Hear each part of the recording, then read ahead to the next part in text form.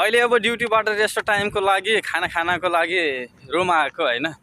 Room आउने कारण म चाहिँ हातोपत्त मेसेन्जर खोलेर हेरेको त होइन, टुङ्गै एसएमएस आएको मेसेन्जरमा चाहिँ। म त कसले एसएमएस पठायो होइन, हुन्छ नि कसले गर्यो होला भनेर हातै नधोएर होइन, अनि मेसेन्जर खोलेर हेर्न थालेको। अनि एउटा लिङ्क पठाएर रहेछ क्या साथीले।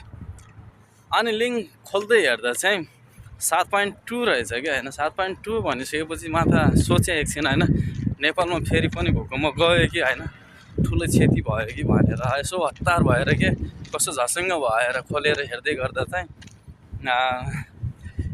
भूकम्प त गएको रहेछ, अलि गहिरी खेततिर गएको रहेछ। त्यहाँ असर पर्ने चाहिँ अब छोरा मान्छेभन्दा पनि छोरी मान्छेलाई असर परेको रहेछ। त्यसैले गर्दा सचेत हुनु होला है। फेरि अब यस्तो लिङ्कहरू अब नपठाउनु है। मेरो फेरि यस्तो लिङ्क देखेपछि मन फेरि झसङ्गै हुन्छ क्या। त्यसैले गर्दा गाइज अब यस्तो मेसेन्जरहरूमा लिङ्क पठाउने काम चाहिँ नगर्नु। यो अलि फेरि भूकम्प खतरा हो नि त होइन।